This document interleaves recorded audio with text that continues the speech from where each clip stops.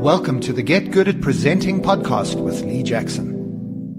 Hi and welcome to episode 5 of Get Good at Presenting with myself, Lee Jackson. In this episode, I interview John Hotowka. John is an amazing speaker with an interesting background in magic and does a lot of after-dinner talks and what he calls achievement thinking. So it's a nice sort of 20-minute interview about the speaking business. It's about how to ask the right questions before you do a gig, which is really useful. And we also talk a little bit about marketing and various things, but I'm sure you'll find it really useful. He's a funny guy. He's a good guy. So let's go straight to the interview of John being interviewed in the fantastic surroundings of Asda car park in my car. I was going to have some lunch with a friend today, and so I thought I'd get here a bit early and I'd ask him to join us. So please welcome my guest, John Hotowka, ladies and gentlemen. Hello, John. Can you help me out, mate? I'm a little lost. Have you got the directions to the nearest tip? Can we get the directions to Asda? Directions to Asda. Oh, look. We're looking forward to it. Looking forward to our. Forward to it. Hey, we're on camera like this. You know what? You know what I like about this? It's like we've not rehearsed it or anything. I like about it. It's like none of it's ever going to be rehearsed. Is it now? Look at John's coming. He's even got a suit on. Thank you, John. I've had a bath. He's had a bath and shave. I have a bath and shave. Not till Christmas. So this is John Hotowka. John is a fellow at the PSA, and you also have another award, I believe. Do you have another award? Yes, the PSAE. Okay. Do you know what that stands for? No idea.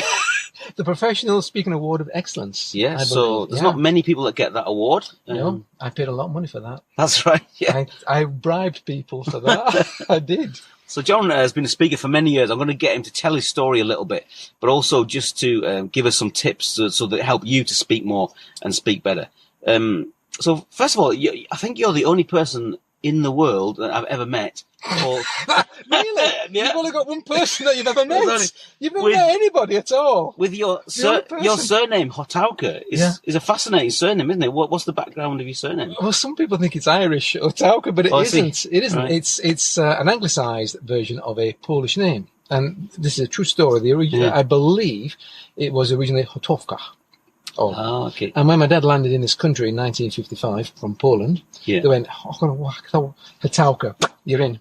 And that was it. And they changed it to Hotowka. And it's the only, you go on Google, there's only one Hotowka. And that's a good thing, I suppose. Well, it's a good thing for getting domain addresses. I mean, if there's any speakers out there called Dave Smith, they'll have a problem getting a domain address, won't they? You know what I mean? Lee Jackson, there's a few Lee Jacksons. Yeah. There's a rugby league player called Lee Jackson. Mm-hmm. There's a script writer called Lee Jackson. And there's a guy that's got leejackson.co.uk who's does reviews of restaurants. And then there's me. So there you go. You never know. Yeah. So tell us exactly what you do. So you do something a little different to other speakers because you do have a particular gift. But just tell us, what's a typical? It's not going to be a serious interview. This. I'm telling you now. I don't know. It might be. We'll see where we go on. Right. So my background is in 1980. This is not a long story, I promise you. But in 1989, I was made redundant for the third time as an optician because I used to be an optician. Yeah. And that weekend I thought, what am I going to do? I don't like optics anymore. Nothing wrong with being an optician. It's just that it wasn't for me. And I decided that I was going to follow my passion. And my passion was magic. Because I love magic. So I became a full-time magician, a professional magician. And so I started performing close-up magic in local restaurants, doing little magic tricks around the tables. And then in 12 years, I built up my career to such a degree that I was working for nearly half of the blue-chip companies in the UK. Great. But I wasn't doing little tricks around the tables. I was being flown around Europe and the UK, and where I was using my magic to promote their products and services on exhibition stands. Brilliant. I was generating, hundreds of thousands of pounds worth of leads. I was at their events, their conferences, where I was using my magic to communicate their corporate messages. And I was doing really, really well. And as I said, I was no longer in front of audiences of half a dozen or so at a time, but I was on big stages of about in front of 600-800 people at a time. And in 2002, I had a massive crisis in confidence. Crisis in confidence. Everything went downhill. My business went downhill because I was afraid of letting down my clients.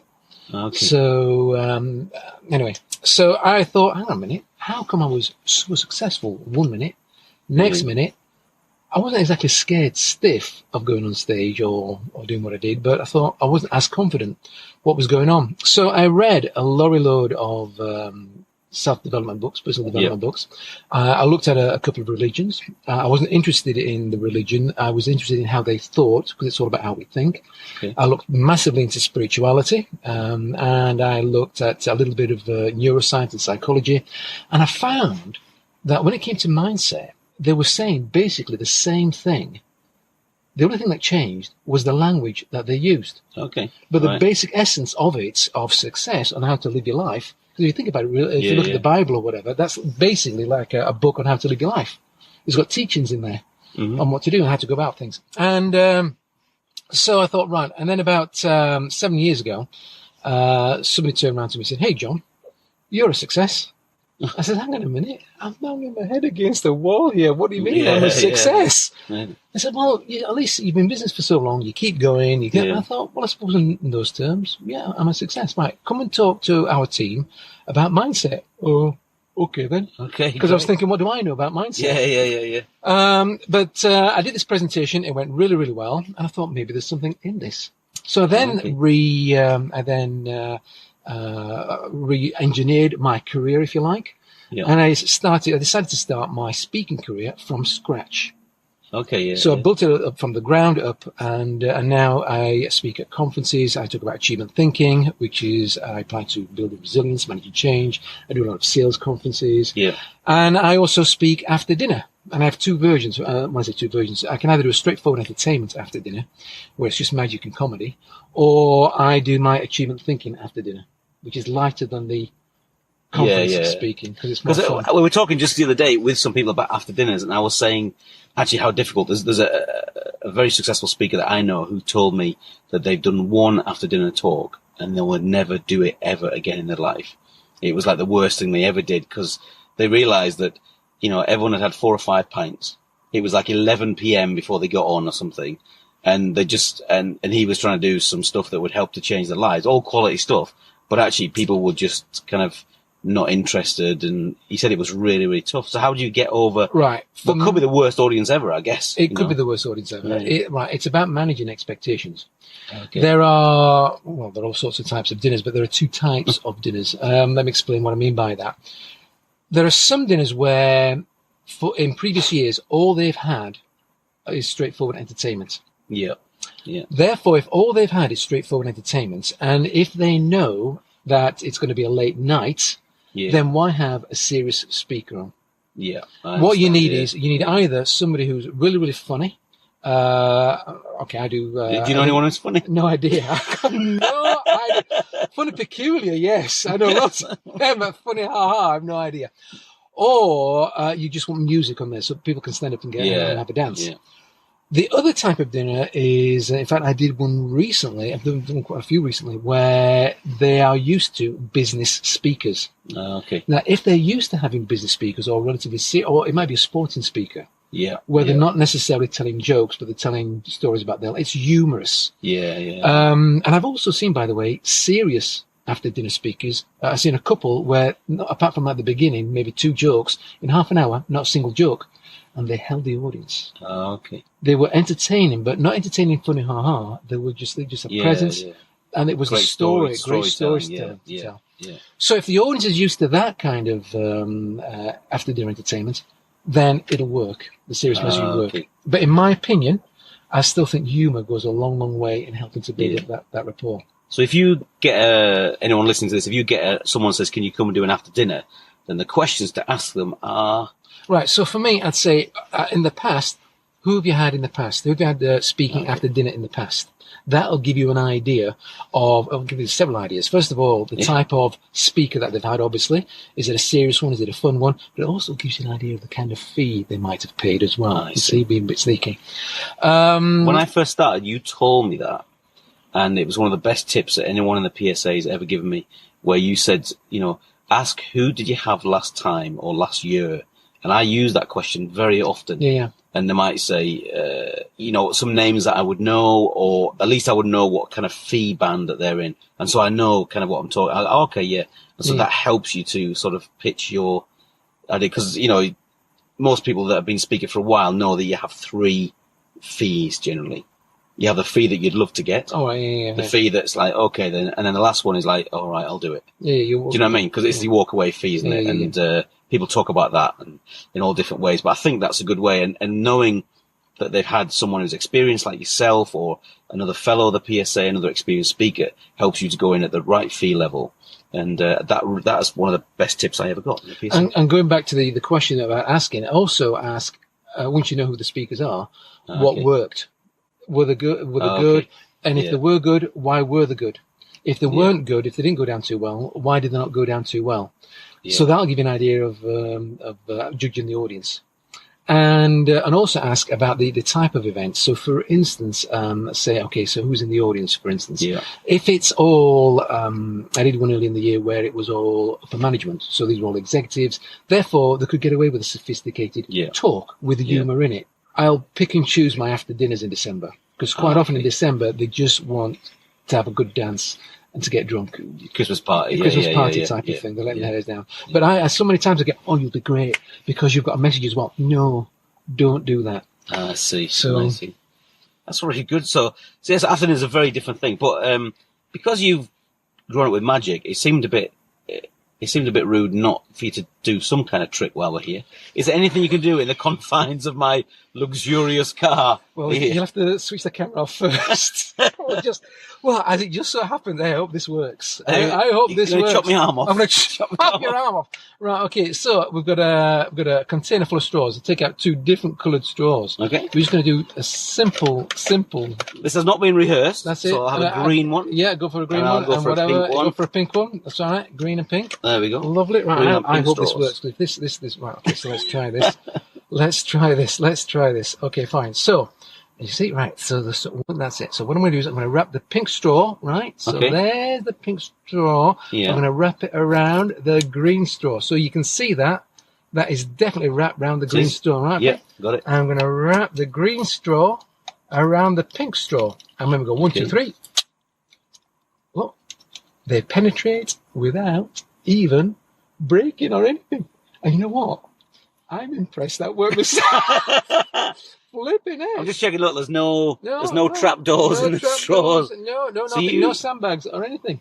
Wow. Yeah. So that wasn't rehearsed. That's genuine magic. I just went into Asda now. You just went into Asda and found. We cut the camera and went into Asda. I took 2 straws and that was it. That's fine.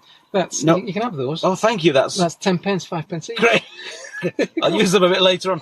Thank you, John. Wow.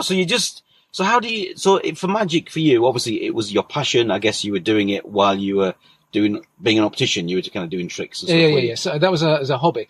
When I started with magic, I decided from almost the very beginning. Yeah. In fact, after about a year of doing magic as a hobby, I decided that I was going to make it a paying hobby. Yeah. Because there were books to buy, there were tricks to buy. It was very expensive. It's expensive, yeah. Exactly. So I ran it as a business almost from the very beginning. So anyway, so how many? Can you estimate how many thousands of pounds have you probably spent on props, do you think? And then moving on to the next question, because that I don't want to know. I don't want to. You don't want to know. It's a lot. Then again, have you got a room in your house that's just full of props and stuff? It is. Although having said a magic room with a curtain over it. There is. Although having said that, the last few years I've got rid of a lot of magic stuff because I decided to let other people enjoy the books and the tricks. I was an avid collector of books, and I wasn't interested. In fact, I wasn't interested in books from an investment point of view. It was just the knowledge I was interested in. Yeah. Well, obviously you're a reader. You like to seek knowledge. Exactly right. And it's the same on your topic, like with your topic and my topic. Yeah. Now I'm reading more about my topic than about magic because I don't need any more magic tricks. Yeah. Because I've noticed that a lot of magic tricks, they're all variations of variations, but I still buy magic books and tricks. Sure, every so often. Yeah. So anyway, go on. Yeah.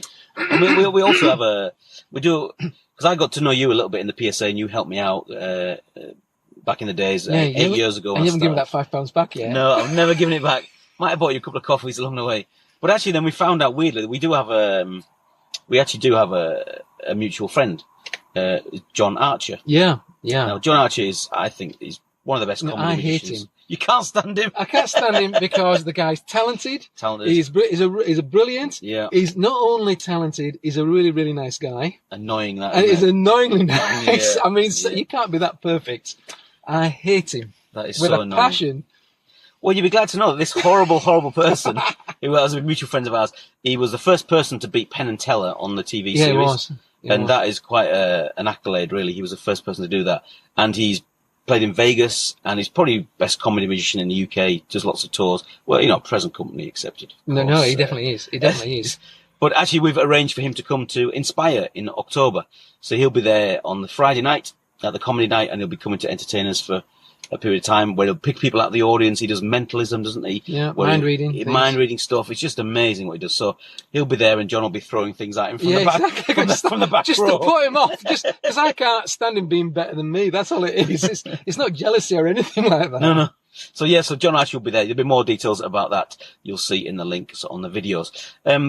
So if someone here is a new speaker, what couple of tips would you give them? And I know you've been particularly strong on changing the way you do marketing recently. Is there any tips you could give to a newish speaker, maybe in the first couple of years of their role?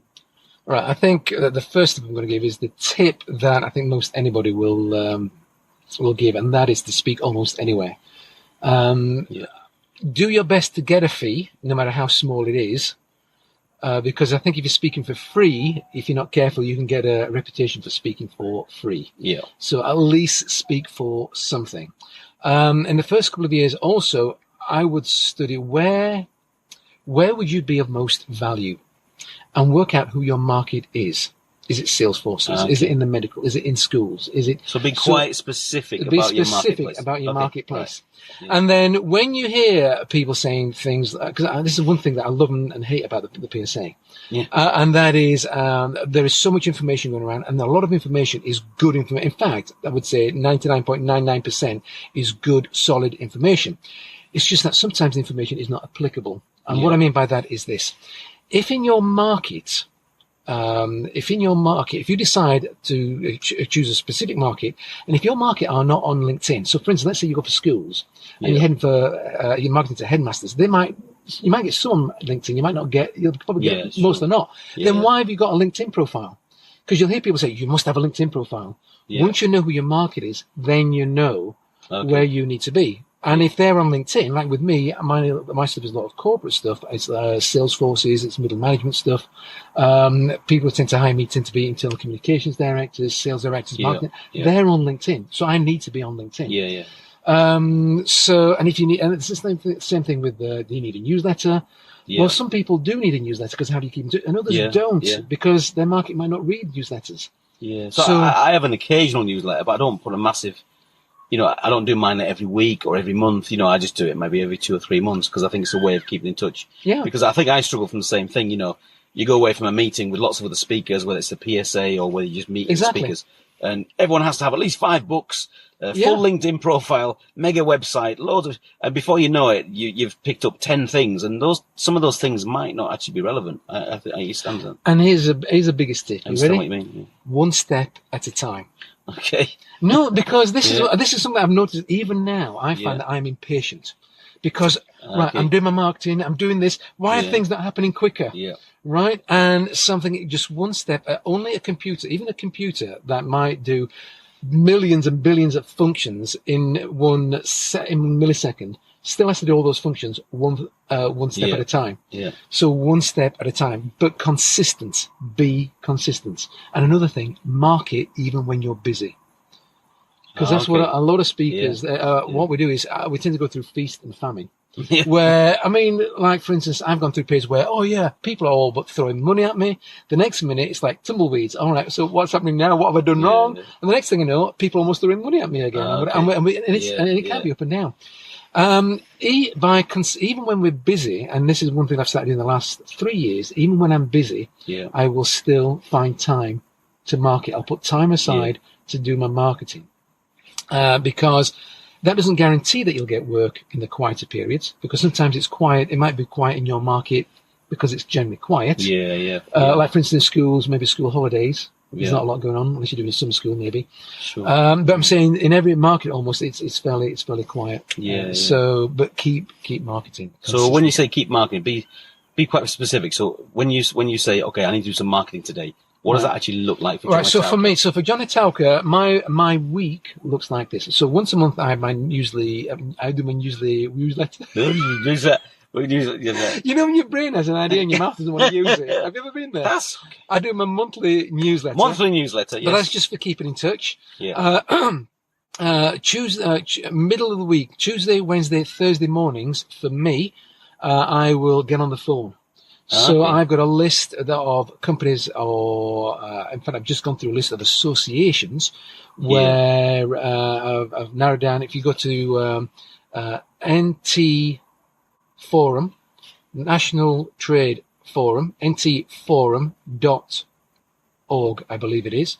Okay. On there, you'll find a list. In fact, I said this at the last fellows meeting in October. Okay. Yeah. On there is a list of associations, and there's about 1,400 associations on there. Wow. But everything from your big associations down to fishing float makers association, but there's everything there.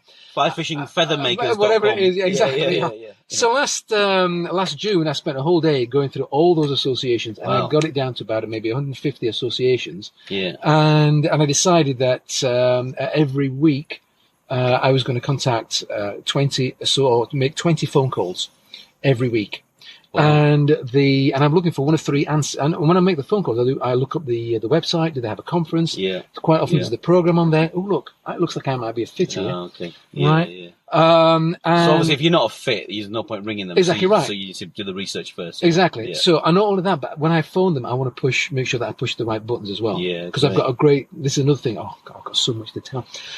So I'll get in touch, and I'm looking for one of three answers. I'm either looking for, no, we don't have any speakers, external speakers at our events, or we don't have a speaker, because sometimes I can't see that they've got a conference. I thought, for the sake of a phone call, I'm going to phone. Why not? Yeah.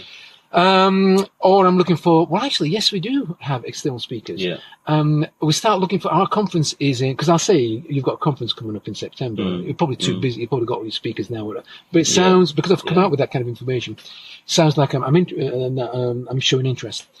They might say, no, you need to speak to so-and-so, and they start looking for their speakers in April, right, in the diary. Okay. So that then becomes one of my 20 in that week in April to contact. Yeah. Or they might say, oh, as it happens, we're looking for speakers right now. I'm going to go, really? What a surprise. Really? I'm your man. Well, yeah, depending on your topic. Great. So, but also what I've done is because I've started 7 years ago, I rebuilt my speaking business from the ground up. Yeah. In fact, less than that, about 5 years now. So what I've done is I've built up so much credibility. So for instance, I've got over 115 recommendations on LinkedIn. I've worked with some big clients now. So when I'm speaking to people, when I'm doing my 24-second pitch to them, they say, so what is it that you do exactly? Yeah. I say, well, so, I talk about achievement thinking, which I apply to building resilience, self-motivation, managing change. I've worked for clients like Unilever, Nestle, Virgin Holidays. Are you on LinkedIn? Yes, we are. Oh, well, as it happens, I've got over 115 recommendations on LinkedIn. Oh, and by the way, my clients tend to put me on after lunch at a conference because I'm funny and I use magic in my presentations. Yeah. So what I've done there is all the credibility. Okay, I talk about resilience. I talk about managing change. So what? So everybody else does. Yeah, so you've established what you talk about, but then... I've worked for these big clients. Oh, okay, you've worked for some big clients. All right, fair enough, okay. Yeah. And then, are you on LinkedIn? And because I've looked them up on LinkedIn, I can see if they're active. I've got over 115 recommendations at this moment in time. So now they're going, oh, right, okay. So now I've built up credibility. Yeah. So why am I different? Well, I'm funny as well. And my clients pull them after lunch. So now they're going, right, now then. So find out what makes you different. What is it that makes you sexy to a client? What makes you attractive to a client? Yeah. And that's the hardest thing to do, finding that. It's nice that you've found out what makes you sexy, John. It is. I think that's great. It is. I'm pleased about that for you. And we can use two different coloured straws. I got two straws and that's it. It's all looking good. That is fantastic. So we're kind of running out of time, but I feel like we're just getting a little bit for you, John. So how do people, how can they connect with you, maybe join your newsletter, find out more about what you do? What's your web address and stuff? So the website is allthews.hotowka.co.uk. So Hotowka is HOTOWKA.co.uk. It's a pleasure to talk to you, John. This is John Hotowka, fantastic speaker, fellow, and PSAE. Talking to Lee Jackson. I don't know. I've not took my fork once or anything. I'm amazed. So a big thank you to John Hotowka for being with me in the fantastic Asda car park. Yes, it's amazing when you've got a little camera and you can record audio. You can record it anywhere these days, so it is amazing. So thank you to John. I hope you found that useful. Do let us know what you think of the podcast. You can get hold of me. My website will be available at the end of this message. And don't forget, there's Get Good at Presenting, the book, which has got loads and loads of tips and tricks in a down-to-earth style to help you to present even better. So please join me next time on Get Good at Presenting, the podcast. Please leave me a 5-star review on iTunes. That would be very kind of you if you could do that. And we'll keep going and we'll keep bringing you quality. All the best. Cheers. Thanks for listening to the Get Good at Presenting podcast with your host, Lee Jackson. If you'd like to know more about Lee's work as a motivational keynote speaker and presentation coach, visit his website at leejackson.biz. That's leejackson.biz.